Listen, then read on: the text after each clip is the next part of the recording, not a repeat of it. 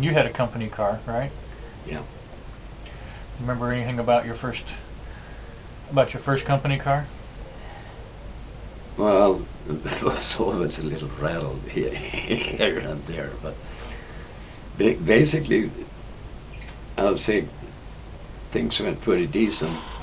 Although fairly quickly we got some recall issues with the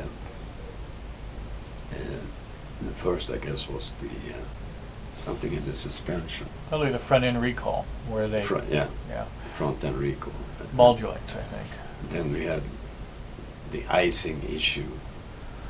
And then we had the door issue was the first, of course, where a couple of people got locked into the car, couldn't get in, couldn't get out. That's when we came up with the door guides that we had manufactured in California, which was the metal one. And as we came up with solutions, they were incorporated in the assembly plants. And that's then made them out of Delorean, the plastic ones that we currently use. Now, you you talked once about there's always been the big question uh, about the gas flap hoods, and you said it had something to do with CR. Well, we discovered that the gas flap was sitting there flapping all the time. So the CR made a decision, I guess, or influenced the change to take it out, which was done. What was behind the change in the stereos, if you know? Well, we couldn't get any reception in certain areas, and that's when I contacted audio systems, ASI, and they came out and they worked up the system, and we took it in those areas where we couldn't get reception, and it worked fine. And CR made a decision, this is the one we're going to use. So the plant was stuck with a heck of a lot of Craig radios, but they were never used. I guess they threw them out or something. And we still have them here. Yeah. And towards the middle of 1982,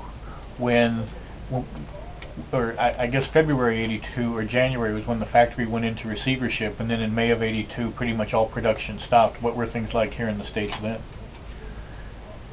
Well, we of course couldn't operate fully, so we had to lay off a lot of people, and there had been a lot of change. I guess C.R. Brown had a conflict with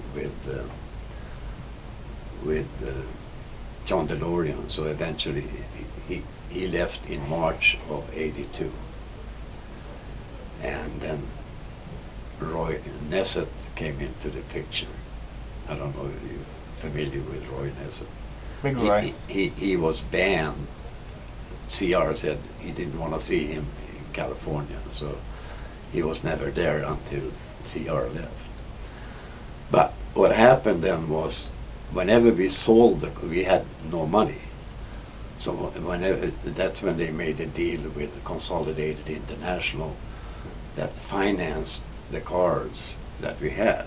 In essence, they bought all the cars that we had in inventory. In the States. Yeah. And when we sold the car, we had to buy it back from them. I think they bought the cars for about $8,000 or $9,000. Then we bought them back for 14, and sold them. And whenever we sold the car, I got $5,000 to buy parts for.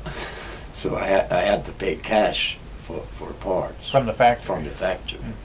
Because the factory and the U.S. company were really two separate companies. They were two separate companies. And so, yeah. The U.S. company bought the cars and the parts from the factory. Right. But the U.S. company was the only customer of the factory, so they That's couldn't true. really sell cars to anybody else. That's right. Other than the U.S. company. Okay. There was a multitude of companies involved, I guess, that's John Delorean and Kimberly dreamed up. When when the factory was completely closed in October of '82, about the time that John got arrested, where were you at that time? Well, I was sitting in my office. Either September or October. I don't It was remember. late October when Delorean got arrested. I was sitting in my office and I had the radio on, and all of a sudden I hear that John Delorean had been picked up at the Los Angeles Airport Hotel with 27 kilo of cocaine. I said, wow. That was about 10 o'clock in the morning. Didn't see that coming, huh? I didn't see that coming, not at all. The same day, we filed for Chapter 11. By 2 o'clock that was done. And at the same time, Consolidated International filed to take possession of their cars.